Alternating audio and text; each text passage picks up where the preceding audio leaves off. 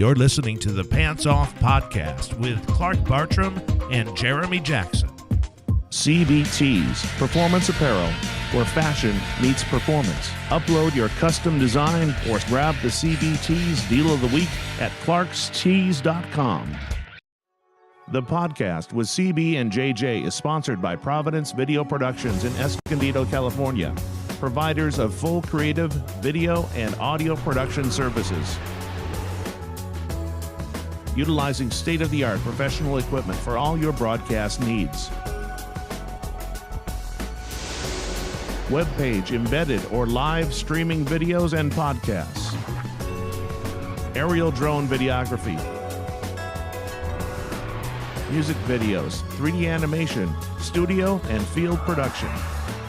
Contact us at providencevid.com. What's up? What's up? Ladies and gentlemen, we are live on the Pants Off Podcast, and I am really excited about my guest today. I'll introduce you to them in a minute. But Jim, I got to tell you, brother, it's hot as balls out here in Escondido, California. Man, I don't know what's going on, but I could boil my coffee water in the morning out there early today. So that's a good way to look at the silver lining. Yeah, absolutely. But you need to be quiet till I introduce you, okay? No one knows I have a beautiful lady here yet. Come on. That was rude. I shouldn't have said be quiet. I should have said shh, hush, quiet. Anyway, with that being said, go ahead, Jim. You can cut that music down. You know, I travel a lot, you guys, and when I travel, actually in one of my books, I talk about meeting people and meeting people on your travels, because it's my opinion that here's one of my biggest frustrations when I travel. People won't talk for 4 or 5 hours, and then suddenly when they're landing, they want to start a conversation. And I don't want any part of it, because, look, if I wasn't good enough for the 4 hours that you sat next to me, I don't want to hear about your life as I'm getting ready to go home. I'm done with you. But that wasn't the case with this beautiful couple that I have here with me today. We actually, I think we connected before we even got on the plane, because we recognized similarities in each other. And when we got on the plane, I actually saved a couple seats for them, on Southwest Airlines, front row, first class.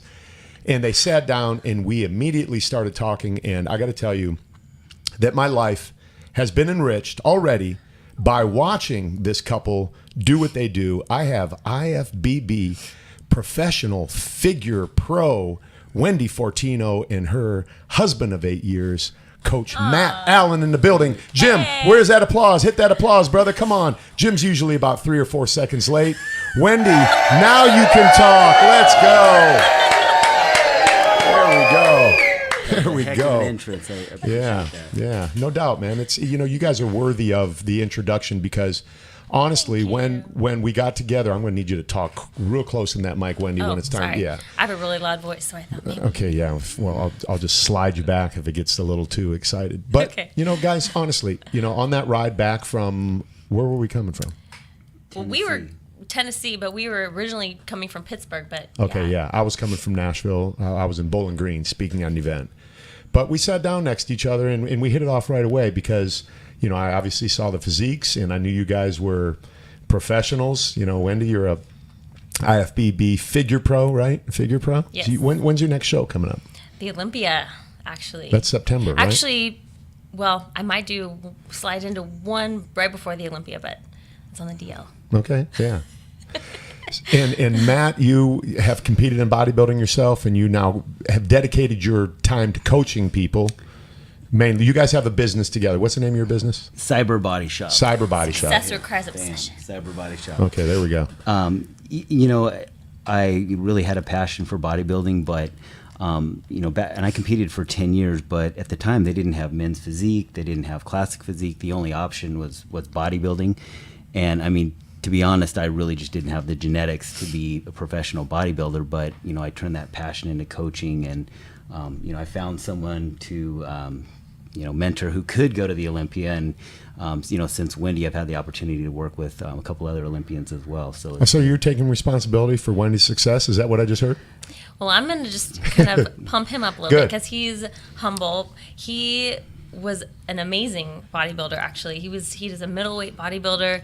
He won everything he did, but like he said, there was no men's physique, there was no men's classic physique, and so, you know, like at the top levels, like they only gave out like 2 pro cards, and it would go to like the heavyweight and the super heavyweight. Well, I mean, if he had the option to do physique or classic physique, he'd probably be a pro right now. You know, he was really, really good.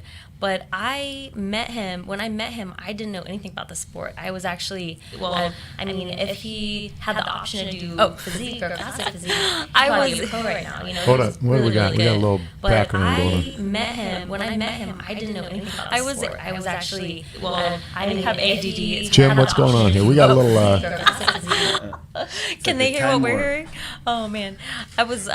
So when I met him, I was a track athlete. I was actually training for the Olympic trials in 2008. I was an 800-meter runner, and I knew nothing about the sport. So when we met, he was a bodybuilder. He was actually preparing for a contest. I was running. He saw me actually in a couple races. And a couple months before the Olympic trials, I got a stress fracture in my foot, super bummed out about it. I remember calling him. We had only been dating for like a month, and I called him from work, and I told him, and I was, you know, crying because I took a break to go to the doctor to find out my results. And he said, come to the gym. He was a personal trainer. He said, come to the gym. I'll put you through a workout, get your mind off of it. And I went to the gym, and everybody there was like, you got to compete. And I didn't know anything about the sport. I didn't know there was a division with heels and a bikini. And I'm like, I don't know if I want to do that, you know? So I jumped on board, and I used to be a gymnast. So I was like, you know what, if I'm going to do, I want to be a fitness competitor. So a lot of people don't know. So let's back this up a little bit. Jim, we got some weird like reverb, and it's real high going on. So we need to fix this if we could. And with my high squeaky voice, it's probably you're a perfect distance from that microphone, I will say, because you do project, and that's a good thing. You know, projecting is a good thing. I do project. But a lot of the listeners that I have might not even understand what it is that we're talking about. Right. So we do need to back this up a little bit. You know, we all recognize and understand bodybuilding. So let's go back to Arnold days. So this is what we're talking about, guys, is we're talking about the physique development and portraying that physique on a stage against other people in a similar you know, we're all competing against each other with the same goal in mind, obviously winning, but developing our physique. But it's not all bodybuilding, right? So I want to get that out of your head. There's figure competition. There's what other divisions are there in this? I've lost track myself. I know. They keep adding on. But when I first started, there was just women's bodybuilding, men's bodybuilding, fitness, and figure, right? The figure division actually launched in 2003, and fitness was, I think, in the late 80s, 90s? Yeah, fitness, yeah. Mm-hmm. So at first it was just bodybuilding, right? And then they had the fitness division, and then they had the figure division launched in 2003. And then in 2009. Hold up, we got something going on again. Let's hear. What's going on, Jim? We good? Okay, that's okay. Okay. I was trying to monitor this. Okay. And then in 2009 they launched the women's bikini division. So they were trying to tone it down. They wanted to have different options because there were a lot of really awesome female competitors who just didn't fit the profile of a figure competitor. Broad shoulders, that X frame. And so the bikini division really opened it up for a lot of girls who, maybe they were taller, more narrow in the shoulders. Not quite as muscular. Yeah, just a different body type. And so Right. then it attracted a lot more people, and suddenly it just started blowing up. And then they started the men's physique, I think, in 2010 or 2011, and that really opened things up too. And every single division they added, it was like everybody was doubtful, like, oh, this is gonna flop, like no one's gonna want to do this division.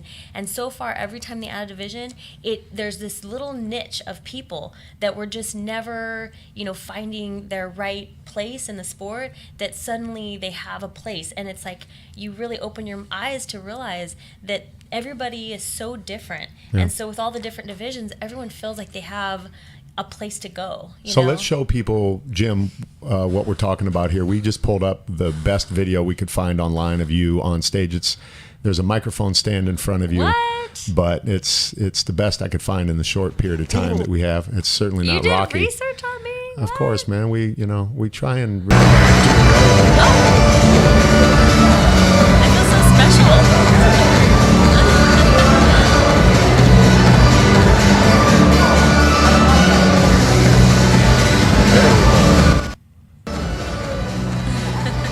So where is this at? Where is the NPC Midwest? So this was the St. Louis Pro last year. This is actually the show that I won, and that was probably my best, actually. Okay. So 2017, it just so happens, yeah, that was 2017. It just so happens that you guys pulled up my best. So Nice. you really did your research. It's a horrible video, but your best appearance. Well, yeah. So that apparently is some fan who just had to get some.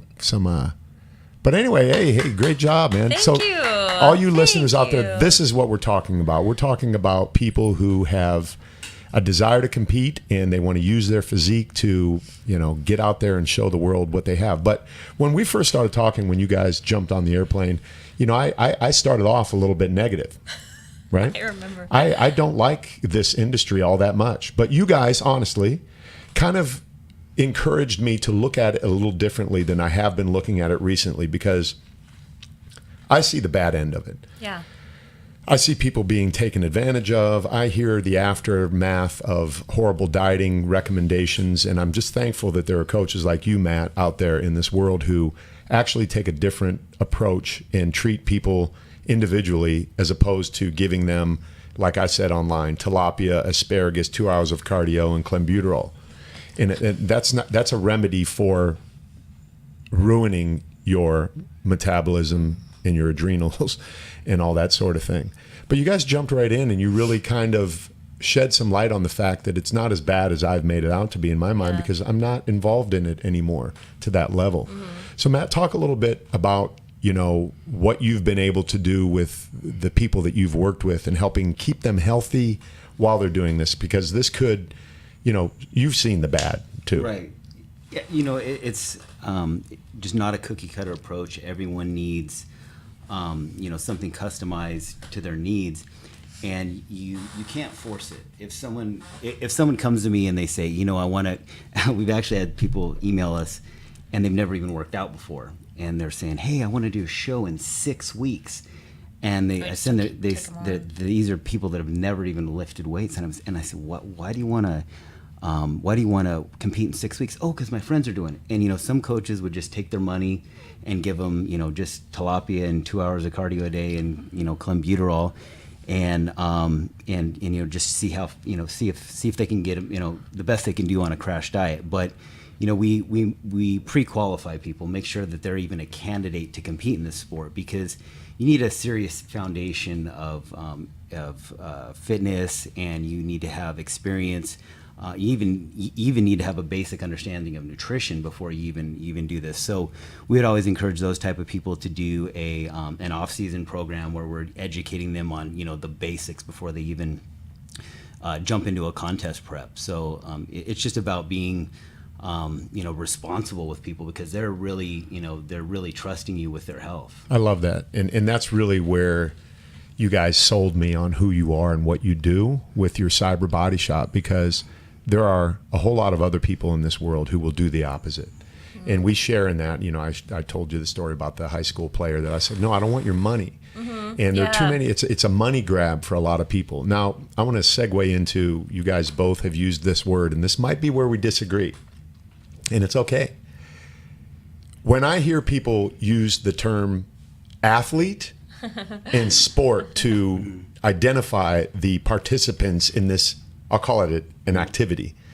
To me, you're an athlete, but I don't think this qualifies to call those people backstage athletes, because there's really nothing athletic about it unless you go back to the late 80s and 90s when figure first came in. Fitness, and the girls were doing fitness. They were doing backflips and gymnastics. I don't see that anymore. But what are your feelings on that? Am I being too critical? No, I actually don't disagree with you. I don't disagree with you either. It's I'll just chime in too. The athletic part happens at a completely different time. All the athleticism and it happens in the training. The whole contest is what you do for 12 weeks up to the show. The show is basically an award ceremony. I don't even consider bodybuilding. They're not athletes, right. Bodybuilders. I mean, there are athletic people who bodybuild. Right. Mm-hmm. Go ahead. Yeah. No, I mean, I think that, to your point about, not feeling like people are going to be set up for success for like nutrition and with their fitness by jumping into a bodybuilding preparation. I agree with that wholeheartedly, and I feel like, another term that I hear used a lot is the word balance, and we feel like balance is really a matter of like ebbs and flows, I mean, you have moments where you're in extreme state, where you're chasing after a goal, and that's where you learn a lot about yourself. You dig deep, you find out what you're made of, and you're following something that may not be like attainable for long term, but it's not about that. You're already in shape, and you're going to a challenge, realizing that you're gonna learn about yourself, and then the balance happens after you've done your goal, and you take the downswing, and then you allow yourself to relieve the stress of having this extreme environment. So I think, in terms of being an athlete, I mean, you're not necessarily doing something athletic by going on stage in heels and a bikini or whatever, but I think the similarity is in with an athlete training for a competition and with a bodybuilder training for competition. It's the grit. It's like learning about yourself, like learning what you can do. You realize that you can train harder than you thought. You can diet harder than you thought. And that, to me, what you learn about yourself is very similar with an athlete and a bodybuilder. But yeah, I mean, the actual competition, it's pretty much an awards ceremony. Yeah. You guys are really good representatives of what it is that this activity or sport or passion. And I think that's why they call them athletes, for lack of a better term. You can't say muscle pageant people. I mean, right. I totally see where you're coming from, where you're not comfortable calling them athletes, because they're not going out there and fighting in a ring or trying to hit a baseball or running 800 meters. I mean, if I didn't know about the sport yet, let's say I was still a track athlete and I was still training, and somebody doing the sport was trying to call themselves an athlete, and I'm over here busting my butt day in and day out on the track, I would be like, but I think that, obviously now I'm a lot more open-minded, just because like I know what it takes to get my body to this extreme level, and it takes really a lot of discipline. It takes, use the word grit. I like that word. Grit. It takes a lot of grit, Yeah. And at this level, I mean, maybe, there's definitely there's no barrier to entry for someone to enter an amateur show. So it's not like just because somebody does a show that everybody's on the same playing field. For what I do and the way that I train and the level that I'm at, it takes a lot of grit, and it takes an athlete-esque mentality, an athlete mentality, right, for sure. Yeah. But and hey, if they have hot dog eating contests and poker on ESPN, and they call them athletes, and bodybuilding. Yeah, if they call them No, they athletes, don't. Yeah, they do. No, they don't. Yeah. Hot dog eating contest? Oh yeah. No. Oh my gosh. Okay, I'm gonna yeah. have to. That's worth a Google. Yeah, we're gonna have to Google that one later. So let's talk about stereotypes. Let's talk about stereotypes. So, most people who are misinformed or uninformed about what it is that we do, right, think that we're all just muscleheads, dumb. And what I learned about you, Wendy, is you're a graduate of Stanford, right? Actually, I was a fitness director at Stanford. I graduated with my master's degree from Cal Poly San Luis Well, either Obispo. way, you got a master's degree. Right. I don't care where you got it. Yeah. And you worked at Stanford. You're around a lot of smart people. Yes. So you got to hold your own. Absolutely. Definitely. So, address that a little bit, the frustration that you get with being, stereotyped as, okay, this chick is just a body, right? Right. Yeah, no, I mean, I feel like I've gotten that my whole life. Actually, it's a stereotype I've had to fight my entire life. And I think that, I want to, without necessarily saying, or trying to be defensive, because I think people get reactive. And I think we all have stereotypes on us to a certain extent. And the best approach, in my opinion and my experience, is rather than become defensive and address it, show, be a demonstrator of everything that you exude. And I mean, if you believe in your abilities and your intelligence, and you feel like you can break a mold, I say just break the mold. And I think that that's one great thing I love about social media. I can share my thoughts and everything I'm going through, and I think people can feel, and then they can form their opinions based on that. At that point, everything I'm doing and exuding is demonstrating what I'm capable of. And if people decide to think something about me, then I have the ability to just like push it away because it's not coming from me. You know what I mean? Yeah. So I try to not address it, but that is definitely something that I've gone through probably my whole life. Just because you were an athlete? I think, Or you were smarter than people? That and I think, when I was in high school and, I was a junior high, I get attention. I was always fit. I was always, Yeah, I saw you did some world record sit-up contest when you were 13 or 14. 1,300 sit-ups or something crazy like that? No, 3,000. 3,000? 30,000. oh my God, 3,150 sit-ups. In how long of a time? 3.5 hours. Nonstop Nonstop. sit-ups. Sit-ups. What inspired you to do that? Was your dad a bodybuilder? What's your you were 13 or 14? How I old? just have always, I was on my 13th birthday. I don't know what it is, and it must be innate, because I have this thing where if I can keep going, I can't allow myself to cave in. Like, we were told that we were just going to do a sit-up. We were just going to do a certain amount of sit-ups. In school? In school. Like the President's Challenge fitness. My junior high was different than anyone else's junior high. I mean, my junior high was hardcore with fitness. So they had a trunk program. When you start 7th grade, you would start with white shorts and a white shirt, and you would do a certain amount of push-ups, pull-ups, sit-ups, run distances certain times, and you would earn points. And when you earn a certain amount of points, you would graduate to red shorts. So then when you go to the PE field, like, you see people in red shorts, and then when you get a certain amount of points, you graduate to blue trunks. Then the final color is gold. So everybody wanted gold trunks. And so I bet I know who got them first. Yeah. I broke the record for that, but it was like we were supposed to do, I had already done the amount of sit-ups I needed to do for that challenge, and so my PE teacher just said, okay, Wendy, just do 100 sit-ups, and then we're going to go outside and we're going to test your pull-ups or whatever. And we were supposed to do the sit-ups all the way up, all the way down, and the people were the girl was holding my feet, and I just kept going, and I kept going all the way to the end of the period, and I think the girls' record for the school, they had a record board, and the girls' record was like 400 and something, and had passed it, and they were like, oh my gosh, she could still keep going. And the guy's record was like 800 and something. And I was like, and someone's like, oh, she can't break the guy's record though. And I was like, oh, to hell I can't. And I just kept going and going. And I could keep going. So I was like, why stop? And so then it was like school had ended, and then you're still doing. Everyone's going home. You're still doing sit-ups. No, people were actually like watching. That's crazy. Then there was a basketball game, and I kept going. I was like 80 pounds at the time, so they picked me up on the mat and put me into another room. And everyone who was there for the basketball game, like the parents and the students, they came into the room to watch me do sit-ups. And then like the newspaper came, and and. And my twin sister had to call my dad and say, Dad, Wendy's at the school doing sit-ups. I don't know what to do. Like, I think she's like, she won't come she's home. not I'm gonna hungry. Stop. And her butt's raw. Like, I don't know what to do. And so my dad came down, and then they agreed that they would stop me at 3,150 because I've been doing them for 3.5 hours. And my butt was raw, and I was just like, I still have some in me, so I couldn't stop. So is your twin sister the same way? She's a lot like me, yeah. Okay.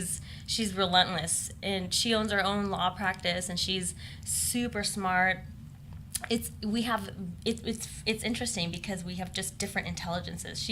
She can focus for long periods of time. She's a lawyer. She's very type A, and I am a kind of a free thinker, very like creative problem solver. Can't focus. So we did each other's ADD. A little bit. I self-diagnosed, but yeah.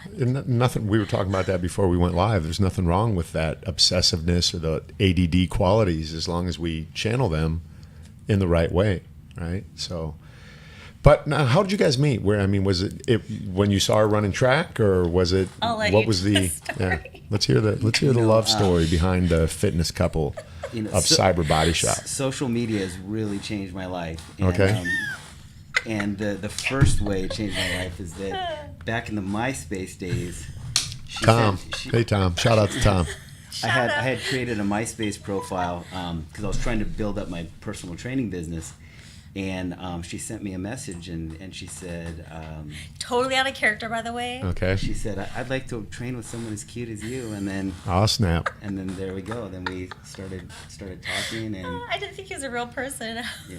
You thought he Well, was just some hot fake picture, like Well, yeah. catfishing Well, stuff. yeah. You were a hook. I You were actually- a catfish lure. I was kind of a catfish of No, you myself weren't. because I had only No. like my professional modeling pictures up and contest day shredded things, and then when the day came for me to actually meet her in person, I'm like, man, you know what? That was a couple of years ago. I don't really look like that right now. I'm like, I hope she still likes me, but she did. No, so it's all he good. had me at hello. Aw. You guys should make a movie about that.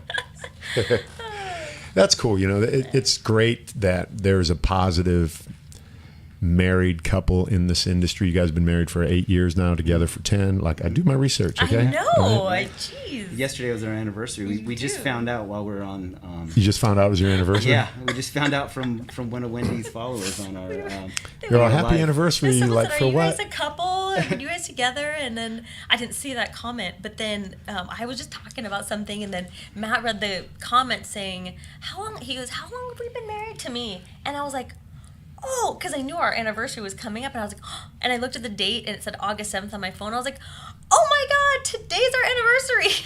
So neither of you got anything. We don't really. Yeah, That's we what don't- me and my wife don't ever get. And You know, the it's like same- you have me every day. What I more could you know. want? Exactly. That's just, we just don't, some people, that's what they value. That's what their thing is. And I say live and let live. But for us, we've never really, the expectations I feel like of a relationship are set at the beginning, you know?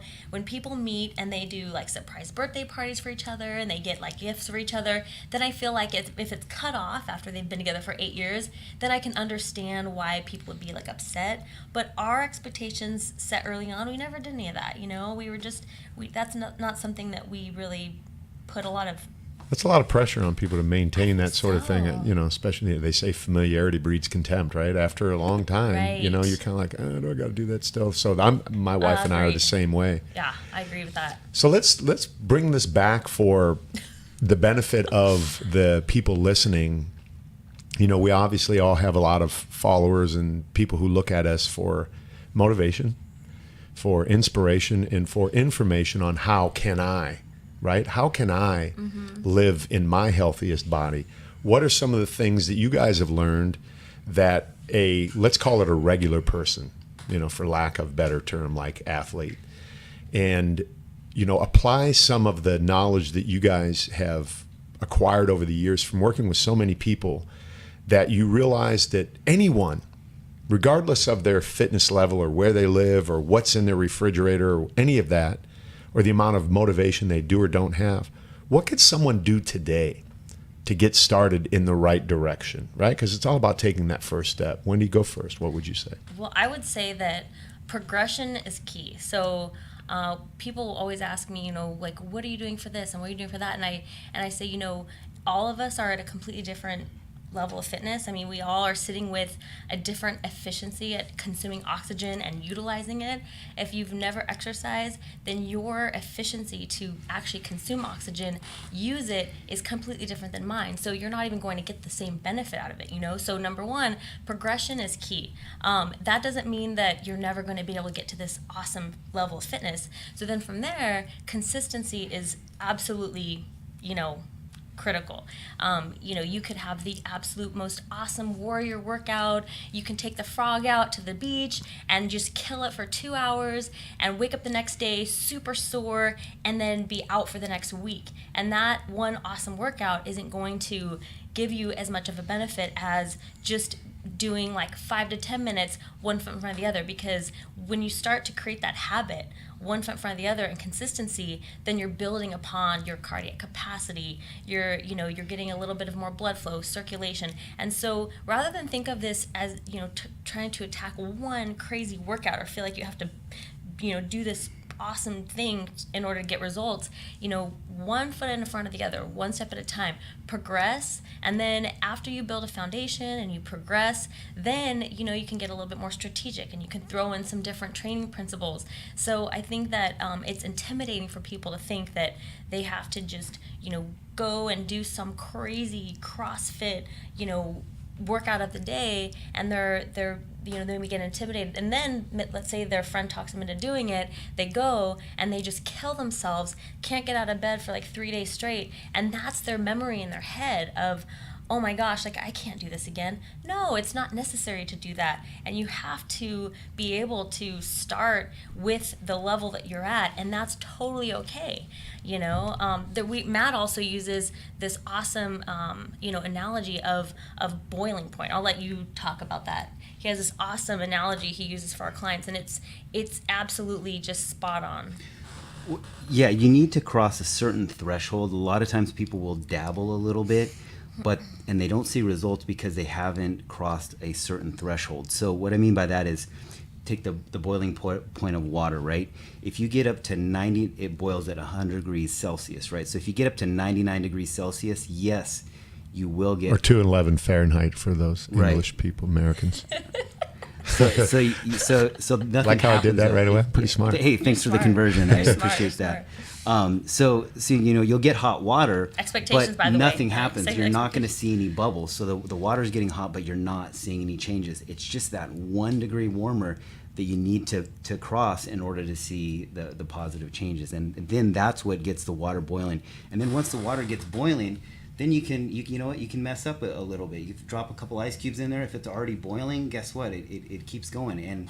And once you really create that momentum with your body, if you fall off, which people do, don't beat yourself up, forgive yourself, and just move on. Don't try to fix it. A lot of times people will, when they mess up, either with their diet or they fall off on their training, they'll go into one or two things. They'll either totally quit and think they're a failure and want to give up, or they'll do the opposite, which isn't good either. They'll try to overcompensate by training, doing 3 hours of cardio a day and starving themselves to make up for. The key is to just get right back on track and just forget, say, hey, you know what, that mess up was in my past. That's not who I am. I'm ready to move on and move forward. And that's the way to get the best results over the long term. You're human, man. We all make mistakes. So I love that. And the progression is the progression and the threshold are often, they're right there. So imagine, if you will, the door of a gym.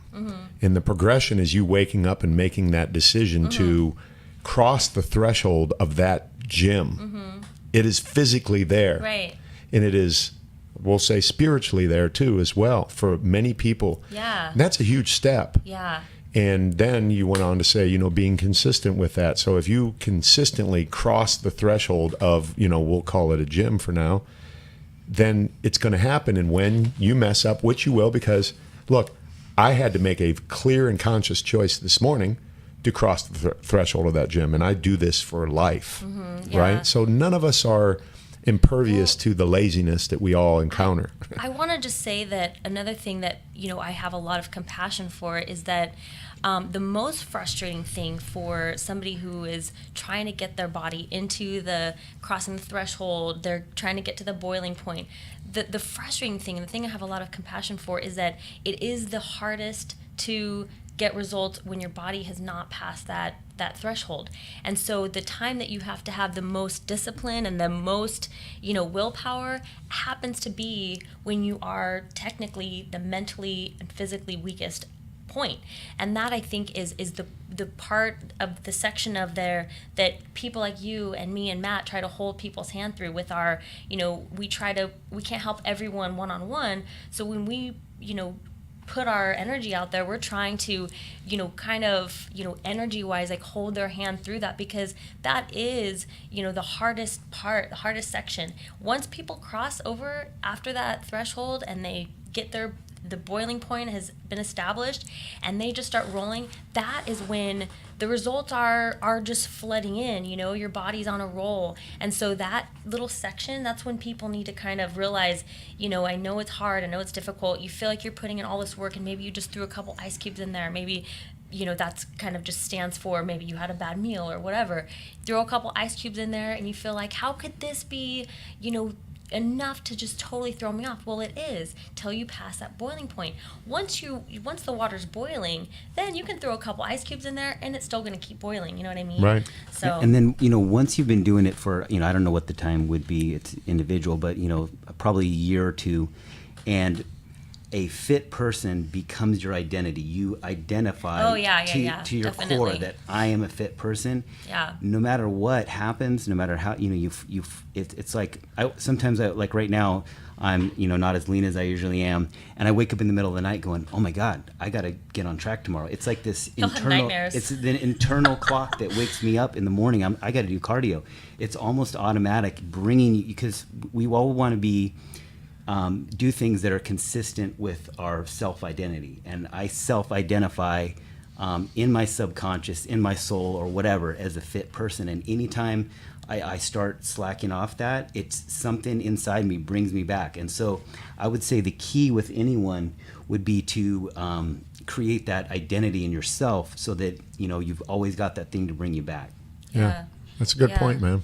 Yeah, and like as a motivator, it's like you have to understand that people are at different stages of change. I mean, my graduate degree is exercise physiology and human behavior change, and it's like there are stages of change that people have, and you can't address everyone the same way. Like, for example, if you were to make, if you're a fitness influencer and you make a post and you happen to be at a highly motivated point in your life, like let's say you're happy with your body, you feel great, and you just want to wake up and you just want to motivate everyone to just jump and go with you, and you just say, keep trying, don't give up. Well, that's the state that you're in, so to be able to, masterfully take, hone in the energy that you have, because you have to be in that state to truly help people, right? But to be able to realize that not everybody is jumping up and at them and at your level, you know what I mean? So I think that's another thing, is it's not as simple as just telling somebody,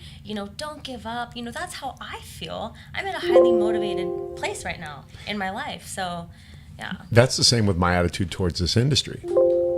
Because I've experienced what I've experienced for 30 years, and I've seen the evolution and what I presented to you guys as this dark environment. You guys had a completely different experience and were able to enlighten me on the positive aspects of what it is that's still happening in this industry, where I was only focusing on, I hate this industry because it's da-da-da-da-da-da. Well, there's still a lot of good, and you guys are representing that. And I really want to, recognize that and edify you guys to continue to do what it is that you're doing, because this industry, as we know, needs it. And there are a lot of people who have given up on themselves, not even, as it relates to competing or any of that. Let's get outside of all that. I mean, you guys are motivators. You guys, when all the lights go away in the last competition you do, you guys will be even at a higher level as far as what you're doing with your coaching. Maybe the name will change. Who knows what's going to happen, but your desire will be that much bigger and your experience level will be that much greater. Right. And you're going to continue to encourage people. And that is really why I had you guys come here today, because we're like-minded and we can all learn from each other. So I just want to just publicly say, I want to say thank you to you guys for being bold enough to say, well, let me push back a little bit on that, because this is what we've experienced. And Jason Ellis said it to me once. We were doing a photo shoot and I just started going on this guy, the industry, this and that. And Jason said, hey man, listen, just because you've experienced this doesn't mean that's what it is. Yeah. Right? Here's the difference. Okay. And this is a hot topic for Matt and I lately. This is the difference. The connection to the process, not connection to the results. When you're deeply connected to the process, you embrace all of the lessons on your journey, and the goal, it becomes the byproduct of the process. What happens is people, and this is probably the dark side of it, people, they see this achievement that maybe was the byproduct of somebody who was connected to the process, and they connect themselves so much to wanting that achievement, and it's hollow. My pro card, right? My pro card. And it's empty. It's totally empty, because they suffer and they hate it, and they just, all they want is just this one thing, and then they finally get it, and it's just like there's no fireworks set off. It's not like you get a parade or anything. It's like nothing happens, just like poof, right?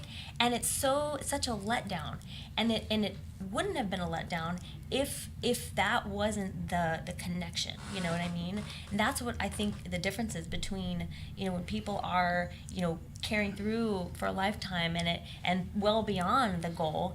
There was a process. Meeting people like you. I mean, we have the energy where our energy is like in the right place to where, you know, we're bringing people like you into our life. The energy is what is doing that. You know what I mean? And so if somebody was so connected to the goal, maybe they'd have their head down on the plane and they wouldn't even be open to meeting new people, or Right. you know, it's an energy thing. You know what I mean? Absolutely.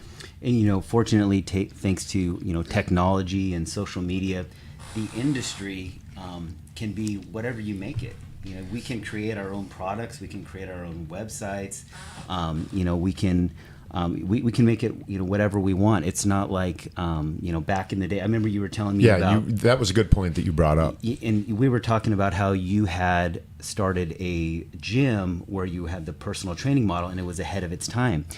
Because back in those days, that you know, or when I started in my 20s, you were stuck. You had to work for a gym, because if you're a young kid getting started, you don't have the marketing dollars to put ads on a billboards or flyers in the mail. You don't have. You don't even have, for me, I didn't even have a way to process payments. Right now, you know, you can start a Square account, a PayPal account. Your marketing is your social media. So you've got, if you have followers, you can monetize that any way you choose, and it's really up to us to Define that. You create whatever industry we want. We can do whatever we want. Yeah, you talked about a bottleneck, which was a really good example Right. of And only a select few. Right. Me, Michael Hearn, So- Monica Brandt, you know, Christian Boving, Frank Right. You would have been a Seppi. star regardless of the bottleneck, though. Oh, I'm thank you. convinced. Yeah, so you know, back in the day, it was really niches were not possible. You used to have a very perfect mainstream look, like, you know, like Clark Bartram, and that, you know, that would appeal to the masses, because they need to, when they print a magazine, they need to that costs money, and they have to appeal to a wide range of people. Now everyone can. Rich Piana has a niche for, you know, guys with muscles and tattoos, and every single niche is possible, because the cost to reach your audience is almost nothing. Yeah. So you don't have to. It's like the Wild Wild West. Yeah, You go out and claim a stake a claim. and there's not this great kingmaker that you have to make happy, and so for instance, in the entertainment industry, that's why Harvey Weinstein, you know, has gotten into trouble, because people aren't scared of him anymore, because he doesn't have the power to make you a star anymore. People can make themselves stars. There's people who've become stars just from their YouTube channels. You don't have to. A lot of people. Yeah, you don't have to, you know, make the producers happy or deal with the casting couch anymore. Yeah, it's a whole new world, man. Yeah. And it opens up the opportunity for people like you to really be a light and be that energy that the world needs. And I just have to continue to recognize that, because it's so important. And that's what the Pants Off podcast is all about. It's really about encouraging people. It's about just recognizing that we need other humans. And because of the culture that we live in, we look up to professionals, you know, people who've achieved a certain level of a look that we aspire to be, and a title that we think is going to make us something different. And when you're able to share information with people like, hey, listen, I get it, but watch out for this and do that and understand that and don't do this. And, you know, that is huge. And I love the fact that, you know, we now have that opportunity to affect so many people in such a positive way. And again, and that's why I felt it was important to bring you guys here on this forum, for you to get the word out to my people. Right? Because it's about Awesome. interlocking circles, right? Awesome. So with that being said, what would you guys want to say in closing to encourage the people out there to live in their healthiest body and just go off there and accomplish all the things they want? Just do it. No. Seriously though, I mean, you don't have to be at a certain level to start. I mean, that sounds so simple, but yet it's so profound, and it's actually a lot deeper than it sounds. If you're sitting down right now, then you're capable, and you have legs and you have arms, you have the ability to stand up for 5 minutes and just, lift your knees for 5 minutes. I mean, everybody can do something, and that is not a simple, basic thing. I really feel that, just do it. Just do something. And when you're a beginner and you're just getting started, and you're starting to see results, say after 6 months, some of your friends might encourage you to come eat or drink or try to take you. They might feel like they're losing you, right? And they can't keep up, and they're seeing you achieving really success in your life, and it might make them feel like inadequate or something that they're not doing. So you're going to get, could be really good friends and family saying little things to discourage you. And I would just encourage you to not listen, even if it comes from someone who's really close to you, who you love. And you don't have to, you don't have to cut those people out of your life, but you know what? Don't make their voice the loudest voice in your ear. Find people who are going to encourage you and support you in what you're deciding to do. Yeah, dude, I talked about that today. That's so awesome you said that. Yeah, actually, I want to piggyback off of that really fast. So that's, I think, interesting, because people will go one extreme or the other, right? They hear that you have to cut people out of your life if they don't support you, and so they will almost just righteously just try to cut people out of their life. And you can have your cake and eat it too. And I mean figuratively and literally. You could be an example for these people. Encourage people in your life who maybe you feel defensive and you feel like you have to, defend yourself. Go switch yourself from this place where you feel like you're being defensive and you have to, stick up for everything you do, and do it with, conviction, and actually with, motivational spirit, and that, I'm doing this and you should do it too. And try to, help people, because they're not transitioned yet from whatever stage of change they're at. So to have compassion and empathy for people who are in your close circle, if you still want them in your life, rather than just being one side or the other, rather than letting them hold you back or just vehemently pushing them away,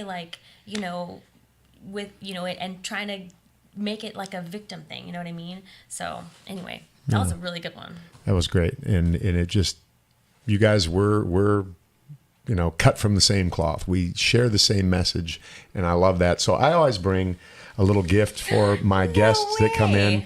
These are two of the companies that I work with. Matt, here is a training mask for you. Oh, cool. I don't know if you use that or not. I'm going to use it now. All right. And then Wendy, I have a nice cute little backpack for you from RYU. So training mask and respect your universe, a little backpack. I thought that would go good for you. So just maybe put it out on social media, put your bag out there or whatever. Can I, we got to take a pic. Actually, while I have the thing on, Matt, can you take a picture of me? Yeah. I'm going to be a total dork right now. Yeah, absolutely. Well, we were talking about how, you're creating your own industry with social media. So we got to do a little bit of that right now. Yeah, I got to do a little bit of that right there. So while you guys are taking the picture, Jim, go ahead and play that music, and we will get this in closing right now.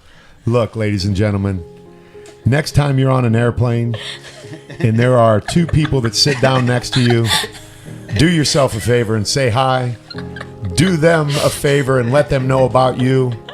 And do the world a favor by creating a relationship that will affect the lives of people all around.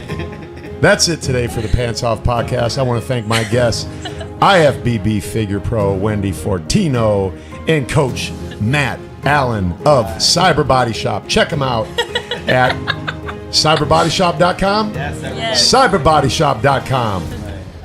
Make it a great day. You're listening to the Pants Off Podcast with Clark Bartram and Jeremy Jackson.